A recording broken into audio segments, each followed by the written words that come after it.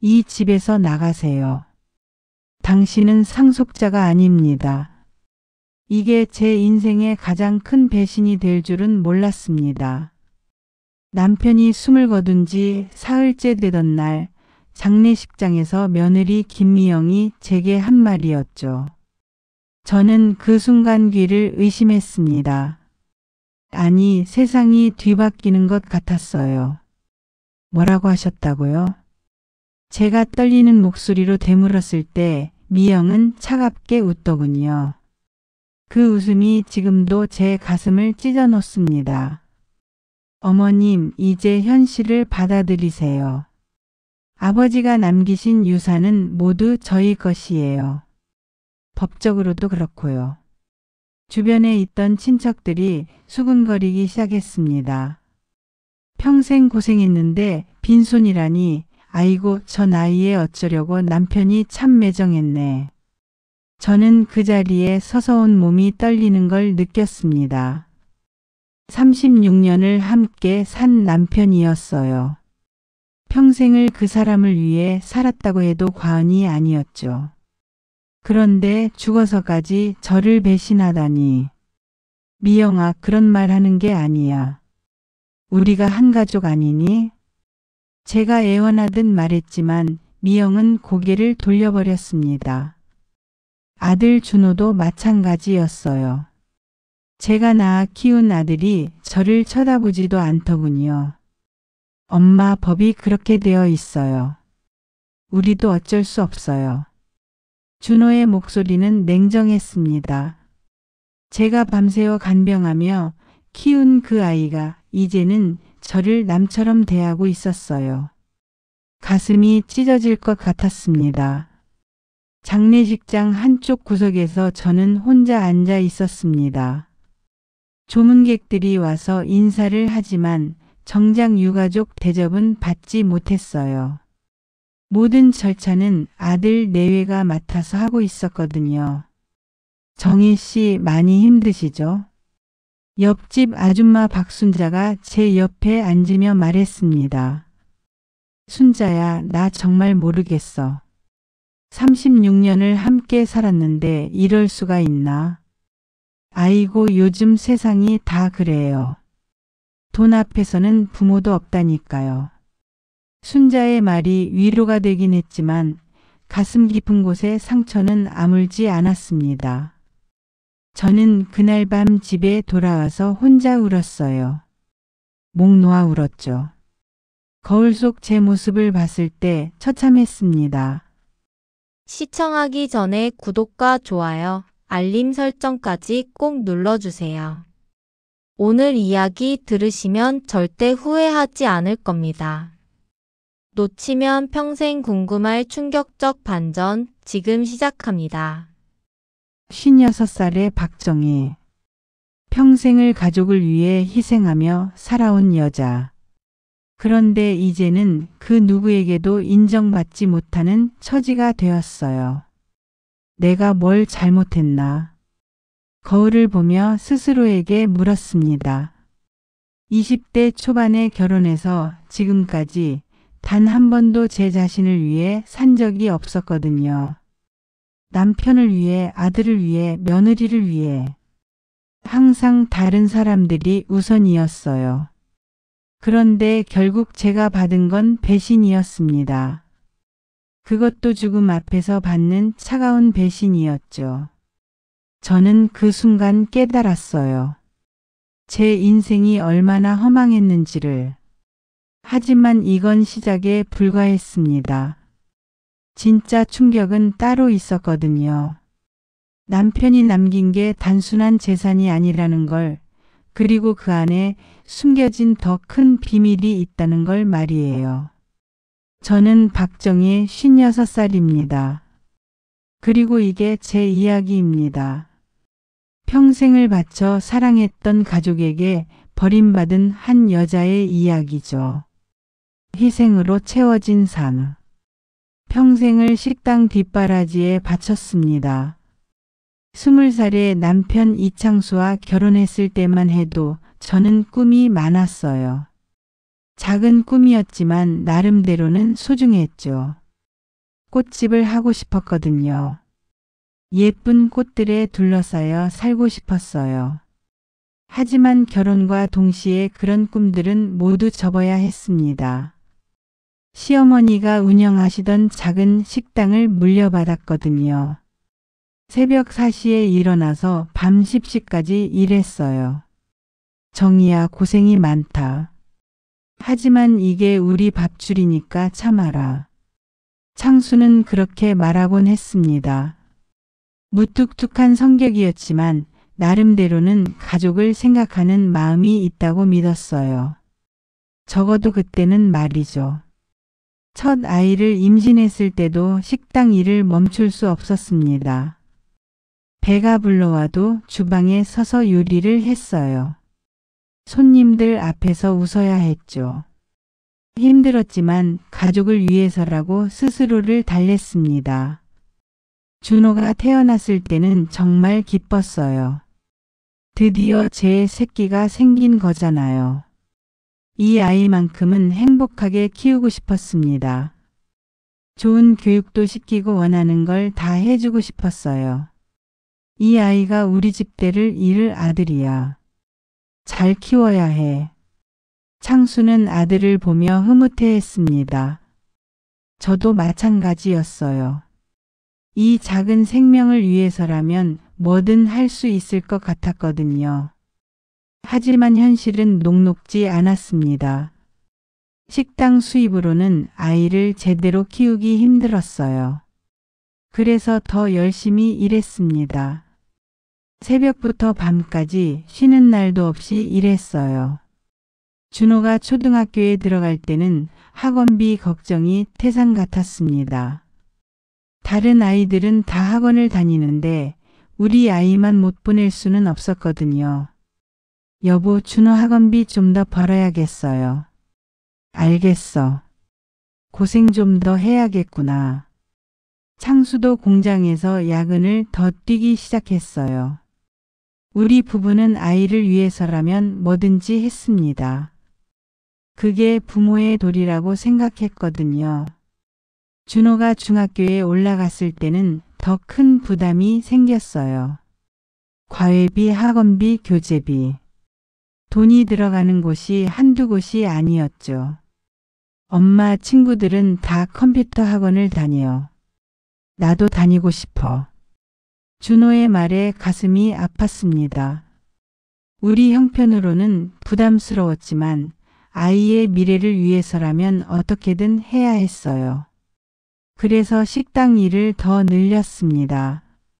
아침 메뉴도 시작했고 밤늦게까지 술안주도 팔았어요.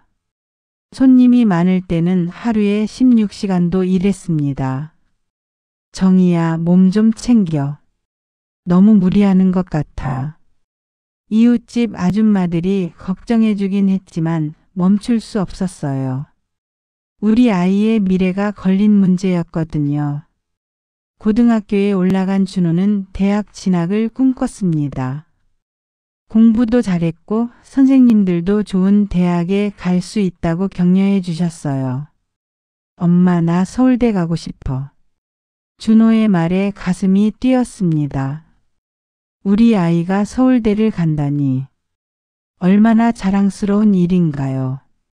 하지만 현실적인 문제가 있었어요. 대학 등록금, 생활비. 서울은 생활비도 많이 들 텐데 어떻게 감당할지 걱정이었습니다. 여보, 준호 대학 보내려면 돈이 더 필요해요. 그래, 어떻게든 해보자. 우리 아들 서울대 보내야지.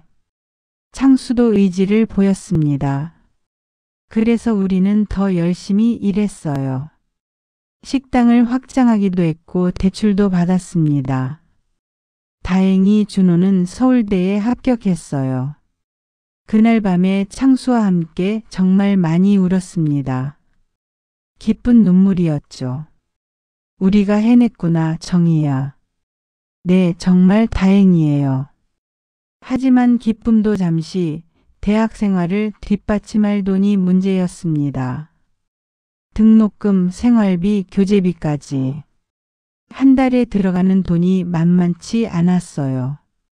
그래도 참았습니다. 우리 아이의 미래를 위해서라면 뭐든 할 수 있었거든요.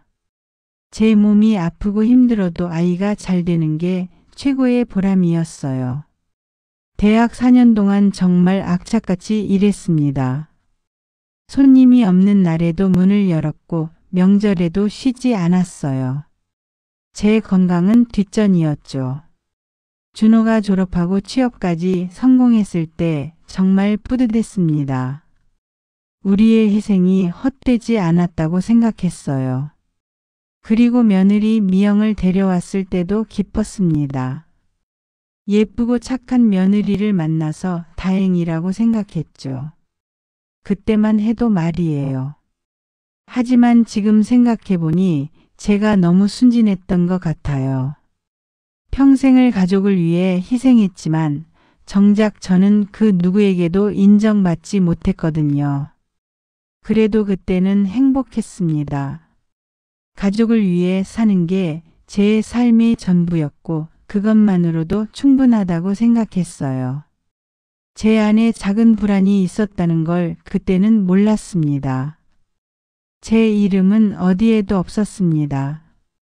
남편의 장례를 치르고 일주일 후 변호사 사무실에서 유언장이 공개됐어요.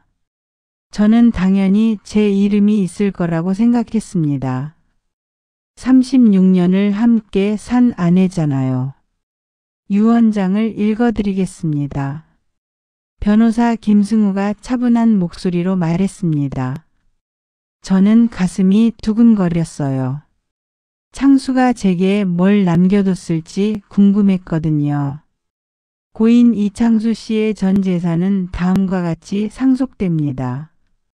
부동산 일체와 예금 전액은 장남 이준호와 며느리 김미영에게 공동 상속합니다. 그 순간 제 머릿속이 하얘졌습니다. 제 이름이 없다는 게 믿어지지 않았어요. 잠깐요, 변호사님. 제 이름이 빠진 것 같은데요. 제가 떨리는 목소리로 물었을 때 김 변호사는 안타까운 표정을 지었습니다. 죄송합니다만 유언장에는 부인분 성함이 없습니다. 이 유언장이 전부입니다. 그럴 리가 없어요. 다시 한번 확인해 보세요. 저는 필사적으로 매달렸지만 결과는 같았습니다. 창수는 정말로 저를 유산 상속에서 제외시켜 놨더군요. 준호가 제 어깨에 손을 올렸습니다. 엄마 진정하세요. 어차피 제가 모실 거니까 걱정하지 마세요. 하지만 그 말이 전혀 위로가 되지 않았어요. 36년을 함께 산 남편이 저를 완전히 배제했다는 사실이 충격적이었거든요. 준호야, 왜 아버지가 이러셨을까? 잘 모르겠어요. 아버지한테 물어봐야 아는 일이죠. 준호의 말투가 차갑게 느껴졌습니다. 예전 같았으면 제 편을 들어줬을 텐데 이상했어요. 미영은 아예 말을 안 했습니다. 그냥 서류만 뚫어져라 쳐다보고 있었어요. 마치 이미 다 알고 있었던 것처럼 말이죠. 집으로 돌아오는 길에 저는 혼란스러웠습니다. 창수가 왜 이런 결정을 내렸는지 도저히 이해할 수 없었어요. 여보, 왜 그랬어요? 왜 저를 빼놨어요? 창수의 영정 앞에 앉아서 혼자 말했습니다. 하지만 대답은 없었죠. 죽은 사람은 아무 말도 할 수 없으니까요. 그날 밤 준호가 제 방으로 찾아왔습니다. 엄마, 저희랑 얘기해야 할 게 있어요. 준호의 표정이 심각했어요. 뭔가 안 좋은 일이 생길 것 같은 예감이 들었습니다. 무슨 일이야, 준호야? 이제 현실적으로 생각해야 해요. 집도 식당도 다 저희 명의로 넘어왔거든요. 그게 무슨 뜻이야? 법대로 하자는 뜻이에요. 엄마도 이제 독립적인 생활을 준비하셔야죠. 준호의 말에 가슴이 철렁했습니다. 독립적인 생활이라니 그게 무슨 뜻인지 알 것 같았어요. 너 지금 나한테 나가라는 거야? 그런 건 아니고요. 다만 앞으로는 생활비 같은 걸 따로 관리해야 한다는 뜻이에요.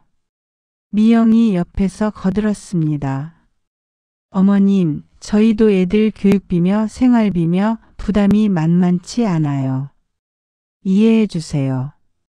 미영아, 그동안 내가 너희한테 얼마나 잘해줬는데 이럴 수가 있니? 어머님이 잘해주신 건 인정해요. 하지만 법은 법이잖아요. 미영의 차가운 말투에 소름이 돋았습니다. 이게 제가 3년 동안 며느리로 모셨던 그 아이 맞나 싶었어요. 준호야, 정말 이럴 거야? 나는 내 엄마인데. 엄마는 엄마고 법은 법이에요. 아버지가 그렇게 결정하신 거잖아요. 준호의 말에 더 이상 할 말이 없었습니다. 제가 낳아 키운 아들이 저를 이렇게 대할 줄은 꿈에도 몰랐어요. 그날 밤 잠을 이루지 못했습니다. 36년 동안 함께 살았던 집에서 이제는 남의 집에 얹혀 사는 신세가 되었다는 현실이 받아들여지지 않았어요. 다음 날 아침 친척들이 하나둘 찾아왔습니다. 소문이 났나 봐요. 정희야, 이게 무슨 일이야? 창수가 너를 유산에서 뺐다며? 그게 사실이야. 친척들의 시선이 부담스러웠습니다. 동정 어린 눈빛도 있었지만 어딘지 모르게 수근거리는 분위기도 느껴졌어요. 아이고, 평생 고생했는데 이런 일이 있나. 요즘 세상에 이런 일이 다 있네. 친척들은 저를 위로해주는 척했지만 속마음은 달랐을 거예요. 어떻게 평생을 함께 산 남편에게 이런 취급을 받을 수 있는지 의아해했을 겁니다. 저도 그게 궁금했어요. 창수가 왜 이런 결정을 내렸는지 정말 이해할 수 없었거든요.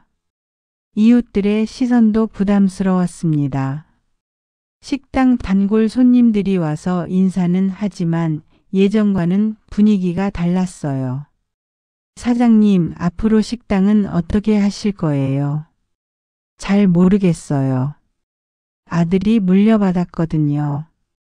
아, 그러시구나. 손님들도 어색해했습니다. 갑자기 제 지위가 애매해진 거죠. 사장이었다가 이제는 그냥 일하는 사람이 된 건가요? 준호와 미영은 점점 더 저를 밀어내기 시작했습니다.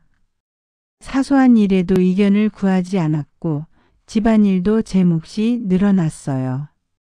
어머님, 이제 시간이 많으시니까 청소 좀 더 부탁드려요. 어머님이 요리를 더 잘하시니까 밑반찬은 계속 부탁드릴게요. 말은 정중했지만 결국 제가 하인 취급을 받고 있다는 게 느껴졌습니다.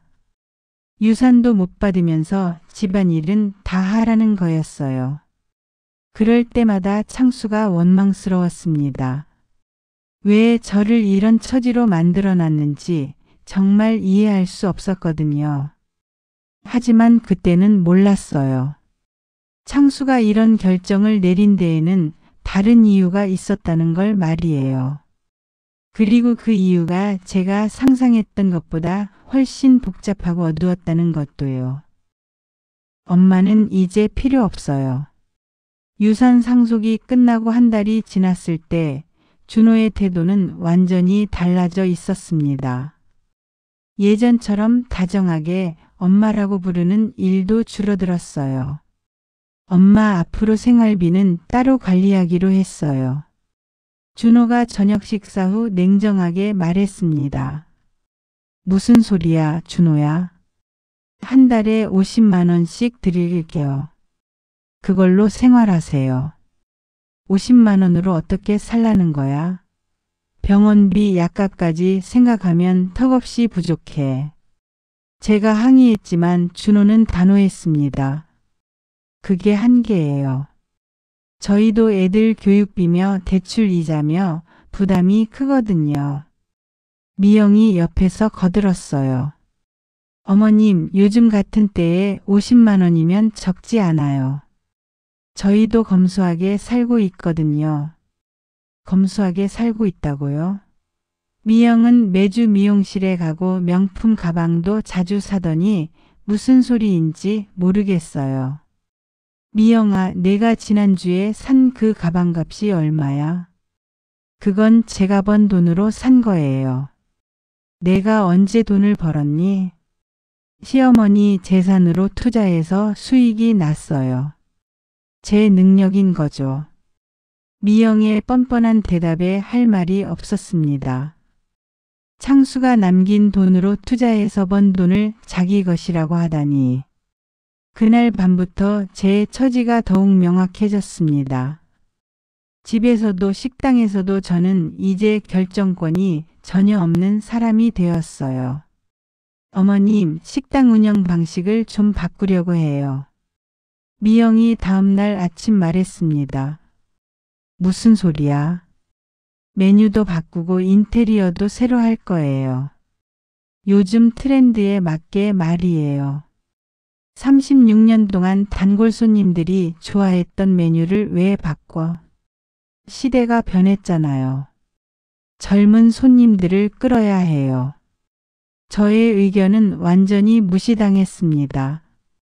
36년 동안 제가 만들어 온 레시피들, 단골 손님들과의 관계, 그 모든 게 하루아침에 무가치한 것이 되었어요. 더 충격적인 건 친척들의 태도였습니다. 처음에는 동정하는 척했지만 시간이 지나자 본색이 드러났어요. 창수의 형 이창호가 찾아왔을 때였습니다. 정희야, 이제 현실을 받아들여야 해. 형님, 무슨 말씀이세요? 돈이 원래 아들 것 아니야? 내가 욕심 부리지 말고 조용히 지내는 게 좋겠어. 36년을 함께 살았는데 욕심이라고 하시는 건가요? 법이 그렇게 되어 있는데 어쩌겠어. 준호도 결혼해서 살림 꾸려나가기 바쁠 텐데 너무 의존하지 마. 시댁 식구들마저 저를 외면했습니다. 예전에는 그래도 며느리 대접을 받았는데 이제는 짐짝 취급이었어요. 이웃들의 시선도 달라졌습니다. 처음엔 동정어린 눈빛이었는데 점점 피하기 시작하더군요. 정희 씨, 요즘 어떻게 지내세요? 동네 아줌마 박순자가 어색하게 인사했습니다. 그냥 지내지 뭐. 아들이 효자라더니 어머니 잘 모시겠네요. 순자의 말이 비꼬는 것 같이 들렸어요. 소문이 다 난 것 같았거든요. 순자야, 너도 그런 소리 하는 거야? 아니에요. 그런 뜻이 아니라. 하지만 순자의 표정에서 이미 답을 알 수 있었어요. 동네 사람들이 다 알고 있다는 거였죠. 남편에게 버림받은 불쌍한 여자라고 말이에요. 집 안에서도 제자리는 점점 줄어들었습니다. 거실에서 TV를 보고 있으면 미영이 와서 채널을 바꿨어요. 어머님, 죄송한데 뉴스 좀 볼게요. 말은 정중했지만 결코 제 의견을 묻지 않았습니다. 제가 뭘 보고 있든 상관없이 바꾸더라고요. 식사 시간도 불편해졌습니다. 예전에는 제가 음식을 하면 준호가 맛있다고 했는데 이제는 별 관심도 없어 보였어요. 엄마 음식은 너무 짜요. 요즘 사람들은 담백한 걸 좋아해요. 미영이 제 요리에 대해 불평했습니다. 36년 동안 이렇게 해왔는데 그때랑 지금이랑 다르잖아요. 건강도 생각해야 하고요. 제 경험과 노하우는 하루아침에 구식이 되었습니다. 36년 동안 쌓아온 모든 것이 무가치해진 기분이었어요. 밤마다 잠들기 전에 창수의 영정을 보며 생각했습니다. 왜 저를 이런 상황으로 내몰았을까요? 여보, 당신이 나한테 한 일이 뭔지 알아요? 하지만 대답은 없었죠. 그저 차가운 사진만 저를 내려다볼 뿐이었어요. 그런데 어느 날 이상한 일이 있었습니다. 창수의 옛 직장 동료 김 부장이 찾아온 거예요. 사모님, 창수 형 일로 할 말이 있어서 왔습니다. 김 부장의 표정이 심각해 보였어요. 무슨 일이세요? 혹시 창수 형이 생전에 이상한 말 하신 적 없나요? 회사 일 관련해서 말이에요. 무슨 뜻인지 모르겠는데요. 김 부장은 주변을 둘러보더니 조심스럽게 말했습니다. 형이 돌아가시기 전에 저한테 말씀하셨거든요. 정희 씨만큼은 그 일에 연루시키면 안 된다고. 무슨 일을 말씀하시는 거예요? 지금은 말씀드리기 어렵지만 조심하셔야 할 것 같아요. 그리고 혹시 형이 뭔가 숨겨둔 것이 있을지도 모르니까 찾아보세요. 김 부장은 그 말을 남기고 급하게 돌아갔습니다. 저는 그 자리에 서서 혼란스러웠어요. 창수가 무엇을 숨겼다는 걸까요? 그리고 저를 연루시키면 안 된다는 건 무슨 의미일까요? 그날 밤 저는 창수의 유품들을 뒤져봤습니다. 옷장, 서랍, 책상까지 모두 살펴봤어요. 그러던 중 낡은 성경책 사이에서 봉투 하나를 발견했습니다. 제 이름이 적혀 있었어요. 정희에게. 손이 떨렸습니다. 창수가 제게 남긴 마지막 메시지일 것 같았거든요. 그 안에는 편지가 들어 있었습니다.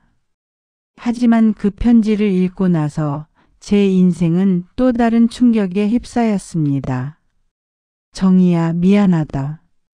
하지만 꼭 알아야 할 게 있다. 편지를 펼쳤을 때 창수의 친필로 쓰인 글씨가 눈에 들어왔습니다. 손이 떨려서 제대로 읽기가 어려웠어요. 정희야, 이 편지를 읽고 있다는 것은 내가 이미 세상을 떠났다는 뜻이겠지. 36년 동안 고생만 시켜서 미안하다. 하지만 내가 왜 너를 상속에서 제외했는지 꼭 알아야 해.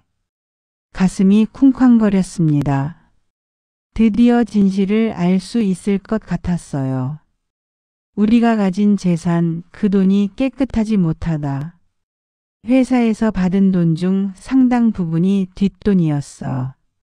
나는 그걸 알고도 받았다. 가족을 위해서라고 스스로를 합리화하면서 말이야.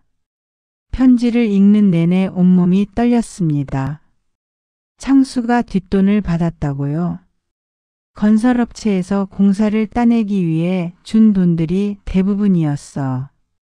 나는 시청 도시계획과 과장이었으니까 그들에게는 중요한 사람이었지.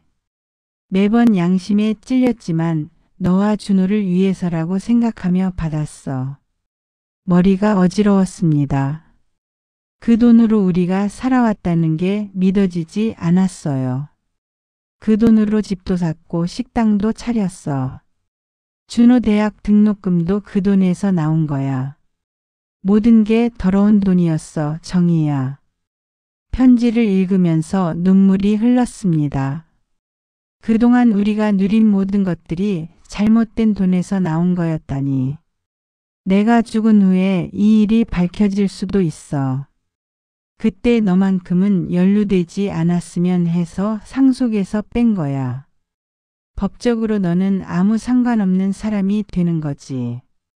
창수의 마지막 배려였던 거예요. 저를 배신한 게 아니라 보호하려고 했던 거였죠. 준호한테는 말하지 마. 그 아이도 이미 그 돈에 물들어 있어. 대학교 때부터 용돈도 그 돈에서 나왔으니까. 말해봤자 받아들이지 못할 거야. 편지 마지막에는 이런 글이 있었어요. 정희야, 나를 용서해줘. 그리고 이 더러운 돈에서 벗어나서 떳떳하게 살아. 그게 내 마지막 부탁이야. 편지를 다 읽고 나서 한참을 그 자리에 앉아 있었습니다. 머릿속이 복잡했어요. 창수가 저를 사랑해서 상속에서 뺀 거였다니. 하지만 그 사랑 때문에 저는 지금 이런 처지가 되었잖아요. 다음 날 아침 준호를 불렀습니다. 준호야, 엄마가 할 말이 있어. 무슨 일이에요? 준호의 표정이 귀찮다는 듯 했어요. 아버지가 남긴 편지를 찾았어. 그 순간 준호의 얼굴이 굳어졌습니다. 무슨 편지요? 내 아버지가 어떤 돈으로 우리를 키웠는지 아니? 무슨 소리예요? 준호가 당황하는 게 보였어요. 혹시 알고 있었던 건 아닐까요? 준호야, 정직하게 말해봐. 너 아버지 일 알고 있었지? 무슨 일을 말씀하시는 거예요? 하지만 준호의 눈빛이 흔들렸습니다. 뭔가 숨기고 있다는 게 느껴졌어요. 미영이 부엌에서 나와 물었습니다. 무슨 일이에요? 미영아, 너도 앉아봐. 우리 가족이 알아야 할 중요한 일이야. 저는 창수의 편지 내용을 이야기했습니다. 뒷돈을 받았던 일, 그 돈으로 우리가 살아온 일까지 모두요. 미영의 반응이 이상했어요. 놀라는 기색도 없이 차분하더라고요. 어머님, 그런 옛날 일을 왜 꺼내세요? 옛날 일이라고? 이게 옛날 일이야. 이미 지난 일이잖아요. 지금 와서 뭘 어떻게 하겠어요? 미영의 반응에 소름이 돋았습니다. 마치 이미 알고 있었던 것처럼 태어나더라고요. 미영아, 너 이미 알고 있었구나. 뭘 알고 있다는 거예요? 아버지 일 말이야. 너희가 이미 다 알고 있었던 거 아니야? 준호와 미영이 서로 눈빛을 주고받는 게 보였어요. 그 순간 확신이 들었습니다. 너희가 다 알고 있었구나. 그래서 내가 상속에서 빠진 것도 당연하다고 생각했던 거고. 엄마, 그게 중요한 게 아니에요. 준호가 짜증을 내며 말했습니다. 중요하지 않다고? 더러운 돈이라는 게 중요하지 않다고? 이미 받은 돈인데 뭘 어떻게 하겠어요? 반납하자는 건 아니죠? 준호의 말에 절망감이 들었습니다. 제가 키운 아들이 이런 생각을 가지고 있다니. 준호야, 양심이 있으면 그 돈 쓰면 안 되는 거 아니야? 양심으로 밥 먹고 살아요. 현실적으로 생각하세요. 미영도 거들었어요. 어머님, 요즘 같은 세상에 깨끗한 돈이 어디 있어요? 시아버지도 가족을 위해서 하신 일이잖아요. 두 사람의 반응에 기가 막혔습니다. 잘못된 일이라는 인식이 전혀 없더라고요. 너희가 이렇게 나올 줄 몰랐어. 엄마, 현실을 받아들이세요. 그리고 괜히 이런 일로 시끄럽게 만들지 마요. 준호의 말에 가슴이 찢어질 것 같았습니다. 제가 키운 아들이 이렇게 변해 있었다니. 그날 밤 저는 창수의 영정 앞에 앉았습니다. 여보, 이제 이해했어요. 당신이 왜 그런 결정을 내렸는지 말이에요. 창수는 저를 더러운 돈에서 보호하려고 했던 거였어요. 하지만 그 선택 때문에 저는 지금 이런 처지가 되었죠. 그래도 고마워요. 적어도 저는 깨끗하게 살 수 있게 해줘서요. 하지만 한편으로는 서글펐어요. 36년 동안 그런 돈으로 살아왔다는 사실이 받아들여지지 않았거든요. 다음날 창수의 옛 직장 동료 김 부장이 다시 찾아왔습니다. 사모님, 혹시 뭔가 찾으셨나요? 네, 편지를 찾았어요. 그럼 이제 아시겠네요. 왜 형이 그런 결정을 내리셨는지 말이에요. 김 부장이 고개를 끄덕였습니다. 부장님, 혹시 이 일이 밖으로 알려질 수 있나요? 그럴 가능성이 있어서 조심하시라고 한 거예요. 요즘 과거 비리 사건들이 다시 수면 위로 올라오고 있거든요. 김 부장의 말에 등골이 오싹해졌습니다. 만약 이 일이 밝혀진다면 어떻게 될까요? 준호 씨는 아직 모르시죠? 아니요, 이미 알고 있는 것 같아요. 그럼 더 위험하네요. 그 돈을 계속 쓰고 있다면 공범으로 몰릴 수도 있어요. 김 부장의 경고에 식은땀이 흘렀습니다. 준호와 미영이 위험에 빠질 수도 있다는 거였어요. 비록 그들이 저를 배신했지만 여전히 가족이었거든요. 이런 일로 무너지는 걸 보고 싶지 않았어요. 하지만 이미 늦었을지도 모릅니다. 준호와 미영은 진실을 알고도 개의치 않아 하고 있었으니까요. 그날 밤 저는 결심했습니다. 이 진실을 어떻게든 해결해야겠다고 말이에요. 이제 그만 숨기고 말해라. 창수의 편지를 발견한 지 일주일 후 더 충격적인 일이 벌어졌습니다. 검찰에서 연락이 온 거예요. 이준호 씨 댁 맞습니까? 고인 이창수 씨와 관련해서 조사할 일이 있어 방문하겠습니다. 전화를 받은 미영의 얼굴이 새하얘졌어요. 어머님, 큰일 났어요. 뭔 일이야? 검찰에서 온다고 해요. 시아버지 일로요. 그 순간 저는 김 부장의 경고가 현실이 되었다는 걸 깨달았습니다. 준호가 회사에서 급히 돌아왔을 때 온 가족이 거실에 모였어요. 엄마, 이게 다 엄마 때문이에요. 준호가 저에게 화를 냈습니다. 내가 뭘 했다고? 괜히 옛날 일 들춰내니까 이렇게 된 거잖아요. 너희가 그 돈이 더러운 돈인 줄 알면서도 계속 썼잖아. 그럼 어떡하라고요? 반납하라고요? 준호의 목소리가 점점 커졌습니다. 미영도 저를 원망하는 눈빛으로 쳐다봤어요. 어머님, 조용히 있으시면 될 걸 왜 이런 일을 만드셨어요? 내가 뭘 만들었어? 너희 아버지가 저지른 일이잖아. 시아버지는 이미 돌아가셨는데 왜 산 사람들을 힘들게 해요? 미영의 말에 화가 치밀어 올랐습니다. 미영아, 내가 지금 무슨 소리를 하는 거야? 잘못된 돈인 줄 알면서도 눈 감고 쓴 게 누구야?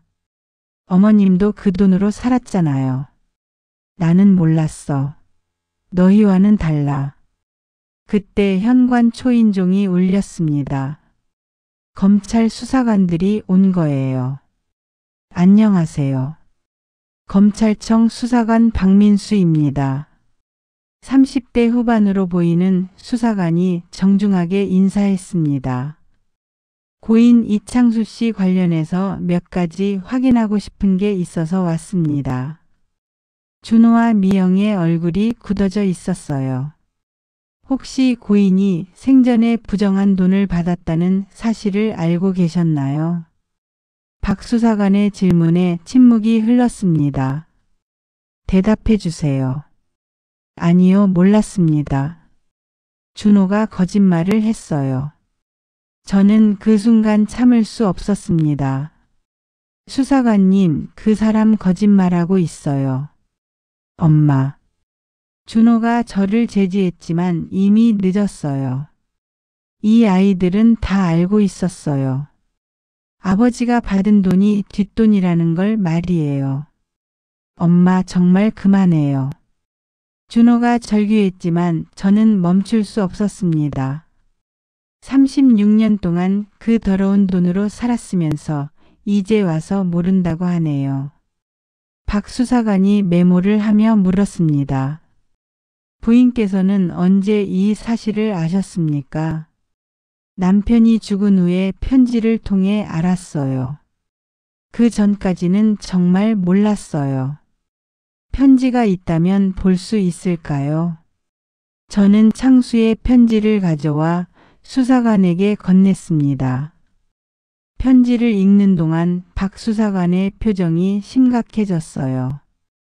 이준호 씨 정말로 아무것도 몰랐다고 하시겠습니까? 정말 몰랐습니다. 준호는 끝까지 잡아떼려고 했어요. 하지만 미영이 먼저 무너졌습니다. 사실은 알고 있었어요. 미영아. 준호가 놀라 소리쳤지만 미영은 계속 말했어요. 시아버지가 살아계실 때부터 알고 있었어요. 그 돈으로 저희가 혜택을 받는다는 것도요. 언제부터 알았습니까? 결혼 전부터요. 준호가 말해줬거든요. 그 순간 준호의 얼굴이 절망으로 일그러졌습니다. 그럼 이준호 씨도 처음부터 알고 있었다는 말이군요. 네. 대학생 때부터 알고 있었어요. 결국 준호도 인정했습니다. 저는 그 자리에서 현기증이 났어요. 제가 키운 아들이 그렇게 오랫동안 저를 속이고 있었다니. 준호야, 내가 그렇게 오래전부터 알고 있었다고? 엄마 말해봤자 소용없을 것 같아서요. 소용없다고? 그게 잘못된 일인 줄 알면서도? 엄마도 그 돈의 혜택을 받았잖아요. 준호가 큰 소리로 반박했습니다. 나는 몰랐다고 했잖아.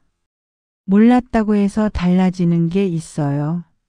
이미 다 써버린 돈인데. 저는 제가 키운 아들의 모습에 경악했습니다. 언제부터 이렇게 변해버린 걸까요? 박 수사관이 말했습니다. 일단 정확한 조사가 필요할 것 같습니다. 며칠 후에 정식으로 출석 요구서를 보내겠습니다. 수사관들이 떠나고 나서 집안은 정적에 휩싸였어요. 준호가 저를 노려보며 말했습니다. 엄마 정말 후회하게 될 거예요. 내가 뭘 후회해? 이제 우리 가족 다 망하는 거예요. 그것도 엄마 때문에요. 잘못한 사람이 벌 받는 게 당연한 거 아니야? 엄마는 깨끗하다고 생각해요. 36년 동안 그 돈으로 먹고 살았으면서. 준호의 말에 가슴이 찢어지는 것 같았습니다. 나는 정말 몰랐어. 알았다면 절대 그런 돈 안 썼어. 이제 와서 무슨 소용이에요. 이미 늦었어요. 미영도 저를 원망하는 눈빛으로 쳐다봤어요. 어머님 진짜 너무하세요.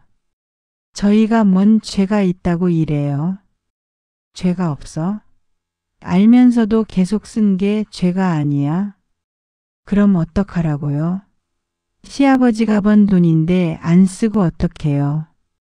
저는 그 순간 깨달았습니다. 이 사람들과는 더 이상 함께 살 수 없다는 걸요. 좋아, 나는 이 집을 나갈 거야. 엄마 어디 갈 데가 있어요? 그건 내 일이야. 더러운 돈으로 산 집에는 못 있겠어. 엄마도 36년 동안 그 집에 살았잖아요. 준호의 말에 더 이상 할 말이 없었습니다. 그날 밤 저는 짐을 쌌습니다. 많지도 않았어요. 제 인생 56년의 흔적들이 작은 가방 하나에 다 들어갔으니까요. 창수의 영정 앞에서 마지막 인사를 했습니다. 여보, 이제 정말 끝이네요. 36년이 이렇게 끝나다니. 다음 날 아침 일찍 집을 나섰습니다. 준호와 미영은 배웅도 나오지 않았어요. 고시원을 얻어 들어가면서 생각했습니다. 이제야 진짜 제 인생이 시작되는 건 아닐까요? 더러운 돈에서 벗어나 떳떳하게 살 수 있는 기회를 얻은 거라고 스스로를 위로했어요. 하지만 가슴 한구석은 여전히 아팠습니다. 제가 평생 사랑했던 가족들이 이렇게 변해 있었다니 말이에요. 돈을 가졌지만 가족을 잃었습니다. 고시원으로 이사한 지 한 달 후 뉴스에서 충격적인 소식을 봤어요. 창수의 부정수수 사건이 언론에 공개된 거였습니다. 전직 시청 공무원 이창수 씨의 뇌물수수 의혹이 재수사되고 있습니다. 고인의 유족들도 수사선상에 올랐다고 검찰이 발표했습니다. TV 화면에 우리 집 사진이 나왔어요. 준호와 미영이 고개를 숙이고 법원에 들어가는 모습도 보였죠. 제 핸드폰이 울렸습니다. 준호였어요. 엄마 도와주세요. 목소리가 떨리고 있었습니다. 무슨 일이야? 언론에 다 나왔어요. 회사에서도 징계위원회에 올렸고 미영이도 직장에서 눈치 보고 있어요. 그래서 엄마 제발 도와주세요. 엄마가 증언해 주시면 저의 형량이 줄어들 수 있대요. 준호의 말에 씁쓸한 웃음이 나왔어요. 내가 왜 너희를 도와줘야 하는데? 엄마, 저는 엄마 아들이잖아요. 내 아들은 이미 죽었어. 엄마를 배신한 순간의 말이야. 엄마, 그렇게 말하지 마세요. 저희가 잘못했어요. 이제 와서 잘못했다고요? 너무 늦었어요. 준호야, 너희가 선택한 길이잖아. 끝까지 가봐. 전화를 끊어버렸습니다. 다음 날 미영에게서도 연락이 왔어요. 어머님, 제발 한 번만 만나주세요. 할 말 없어. 어머님, 저희가 정말 잘못했어요. 빌게요. 미영의 목소리에서 절망감이 느껴졌어요. 하지만 동정심이 들지 않았습니다. 미영아, 내가 나한테 뭐라고 했는지 기억해? 어머님. 법은 법이라고 어머님은 이제 필요 없다고 했잖아. 제가 미쳤었어요. 제발 용서해 주세요. 하지만 이미 상처받은 마음은 쉽게 아물지 않았어요. 일주일 후 박순자가 고시원으로 찾아왔습니다. 정희야, 준호 일 들었어? 들었지 뭐. 아이고, 그래도 내 아들인데 어떡하니? 순자의 말에 한숨이 나왔어요. 순자야, 나는 이미 포기했어. 그래도 가족인데. 가족이었다면 나를 그렇게 대했겠어? 순자도 더 이상 말하지 못하더라고요.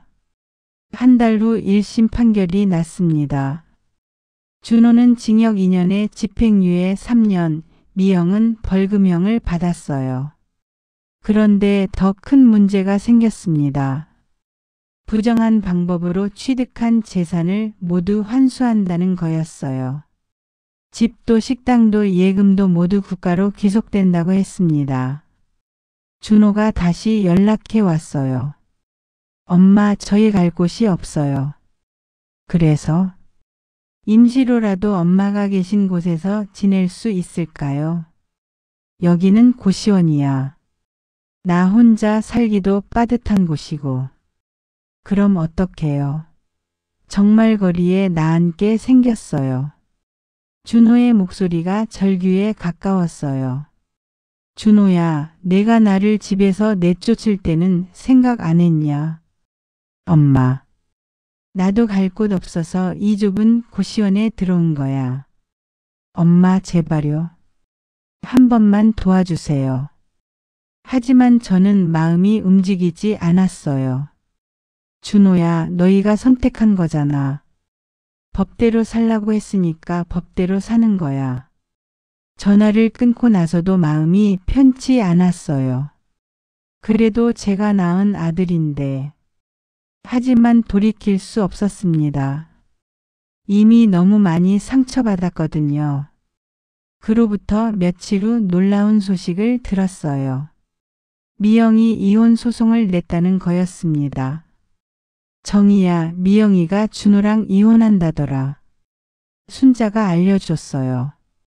그래?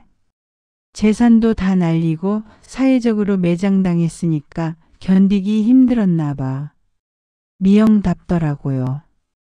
좋을 때는 달라붙어 있다가 힘들어지니까 도망가는 거였어요. 준호는 홀로 남게 되었습니다. 집도 없고 직장도 없고 아내도 없는 신세가 된 거죠. 그래도 저는 도와주지 않았어요. 스스로 선택한 결과니까 감당해야 한다고 생각했거든요. 한편으로는 창수가 옳았다는 생각이 들었어요. 저를 상속에서 제외해서 이런 일에 연루되지 않게 해준 거니까요. 만약 제가 상속을 받았다면 저도 지금 준호와 같은 처지가 되었을 거예요. 여보 고마워요. 마지막에라도 저를 지켜주셔서. 창수의 사진을 보며 혼자 말했습니다. 6개월 후 준호에 대한 소식을 들었어요. 친구 집에 얹혀 살면서 막노동을 하고 있다고 했습니다. 정희야, 그래도 가엾지 않아? 순자가 물었어요. 가엾긴 하지. 하지만 어쩔 수 없어. 한 번 정도는 만나보지 그래? 만나서 뭐하게? 하지만 마음 한구석에서는 아들이 걱정되었어요. 아무리 배신을 당했다고 해도 제가 낳아 키운 아들이니까요. 어느 날 길에서 준호를 마주쳤습니다. 많이 초췌해져 있었어요. 옷도 남루하고 수염도 거칠게 자라 있었죠. 엄마. 준호가 저를 보고 눈물을 흘렸습니다. 준호야. 제 마음도 흔들렸어요. 아무리 미워도 내 자식인데. 엄마, 저 정말 잘못했어요. 이제야 알겠어요. 뭘 알겠다는 거야? 돈이 전부가 아니라는 걸요. 가족이 더 소중하다는 걸요. 준호의 말에 가슴이 먹먹해졌어요. 너무 늦었어, 준호야. 엄마, 한 번만 더 기회를 주세요. 하지만 저는 고개를 저었습니다. 준호야, 너는 이미 선택했잖아. 엄마보다 돈을 택한 거야. 엄마. 이제는 내가 혼자 살아가는 법을 배워야 해. 그 자리를 떠나면서도 뒤를 돌아보지 않았어요. 돌아보면 마음이 약해질 것 같았거든요. 결국 준호는 돈을 얻었지만 모든 것을 잃었습니다. 가족도 아내도 사회적 지위도 모든 걸 잃고 혼자가 되었어요. 반면 저는 아무것도 얻지 못했지만 적어도 떳떳하게 살 수 있게 되었습니다. 돈이 있을 때는 행복할 것 같았는데 막상 그 돈이 더러운 돈이라는 걸 알고 나니 전혀 행복하지 않더라고요. 오히려 지금처럼 가진 건 없지만 마음이 편한 게 진짜 행복인 것 같았어요. 돈은 남지만 마음은 떠납니다. 고시원에서 혼자 지낸 지 1년이 되던 날 저는 작은 일기장을 펼쳤습니다. 그동안 있었던 일들을 정리해보고 싶었거든요. 56살 박정희. 36년 결혼 생활이 이렇게 끝날 줄은 몰랐다. 하지만 후회하지 않는다. 펜을 들고 쓰면서도 신기했어요. 정말 후회하지 않고 있다는 게 말이에요. 처음에는 분했어요. 평생을 희생했는데 버림받았다는 생각에 원망스러웠죠. 하지만 진실을 알고 나서 모든 게 달라졌습니다. 창수가 저를 사랑해서 그런 결정을 내린 거였고 덕분에 저는 깨끗하게 살 수 있게 되었거든요. 요즘에는 작은 식당에서 설거지 일을 하고 있어요. 한 달에 120만 원 정도 받는데 고시원비 내고 생활하기에는 충분해요. 36년 동안 식당을 운영했던 경험이 도움이 되더라고요. 사장님도 제 일솜씨를 인정해 주시고요. 정희 씨 일 정말 잘하세요. 오랫동안 함께 일했으면 좋겠어요. 사장님의 말에 뿌듯했어요. 나이 56에 새로운 인정을 받는다는 게 이렇게 기쁜 줄 몰랐거든요. 예전에는 가족을 위해 일했다면 이제는 저를 위해 일하고 있어요. 그게 이렇게 다른 기분인 줄 몰랐어요. 어느 날 순자가 고시원으로 찾아왔습니다. 정희야, 준호가 어떻게 지내는지 아니? 모르겠어. 관심도 없고. 그래도 내 아들인데. 순자야, 나는 이제 그 애를 포기했어.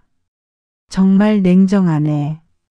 순자가 혀를 찼지만 저는 마음이 흔들리지 않았어요. 냉정한 게 아니라 현실적인 거야. 그 애는 이미 선택을 한 거고 나도 내 선택을 한 거야. 그래도 가족인데. 가족이라는 게 뭔지 이제야 알겠어. 서로 사랑하고 믿어야 가족이지 이용만 하는 건 가족이 아니야. 순자도 더 이상 말하지 못했어요. 며칠 후 놀라운 소식을 들었어요. 미영이 재혼했다는 거였습니다. 정희야, 미영이가 의사랑 결혼했다더라. 그래? 빠르네. 아무래도 준호 일이 부담스러워서 서둘렀나 봐. 미영다운 선택이었어요. 자기에게 도움이 안 되면 바로 버리는 거였죠.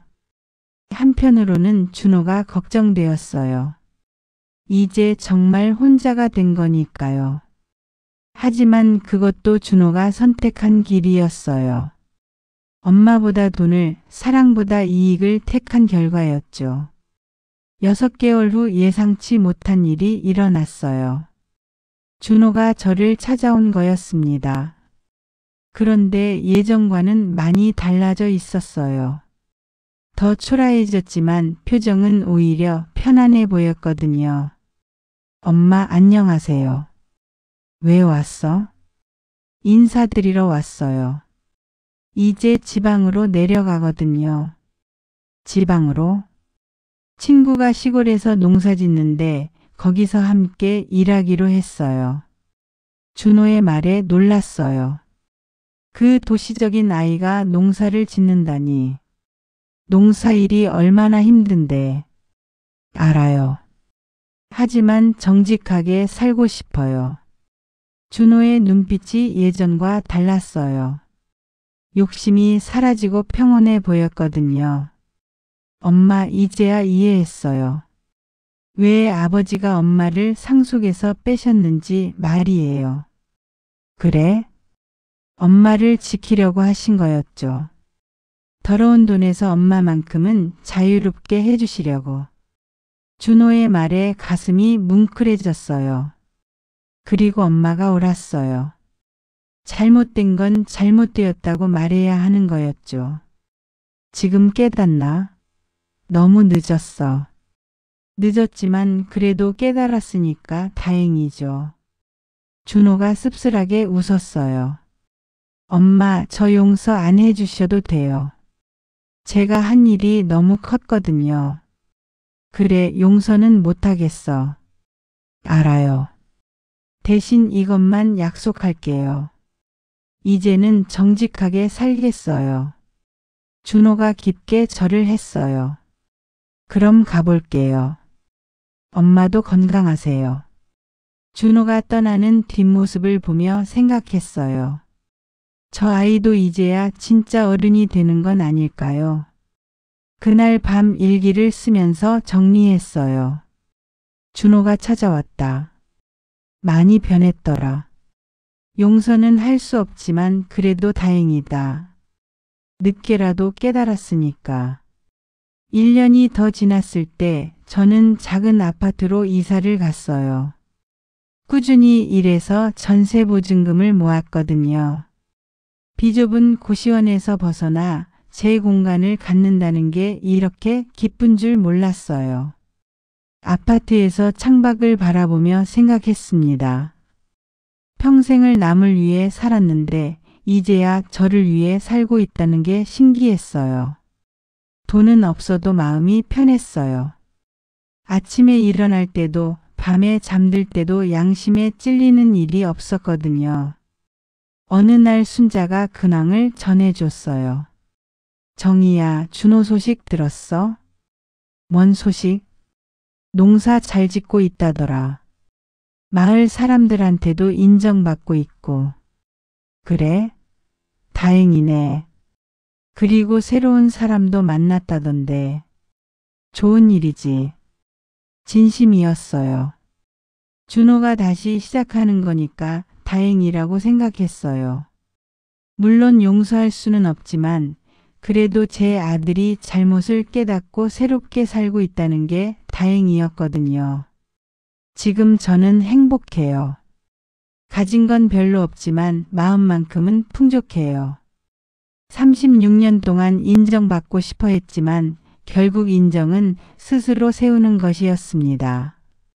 남들이 주는 인정을 바라기보다는 제 자신이 떳떳할 수 있는 삶을 사는 게 더 중요하더라고요. 요즘에는 가끔 창수 생각이 나요. 원망스러웠지만 이제는 고마워요. 마지막에 저를 지켜준 거니까요. 여보 덕분에 새로운 인생을 살고 있어요. 늦었지만 이제야 진짜 제 인생을 찾은 것 같아요. 56살에 시작한 새로운 인생. 늦었다고 생각할 수도 있지만 저는 만족해요. 돈으로 살 수 없는 것들이 얼마나 소중한지 이제야 알겠거든요. 평안한 마음, 떳떳한 양심, 스스로에 대한 자부심. 이런 것들은 돈으로 살 수 없어요.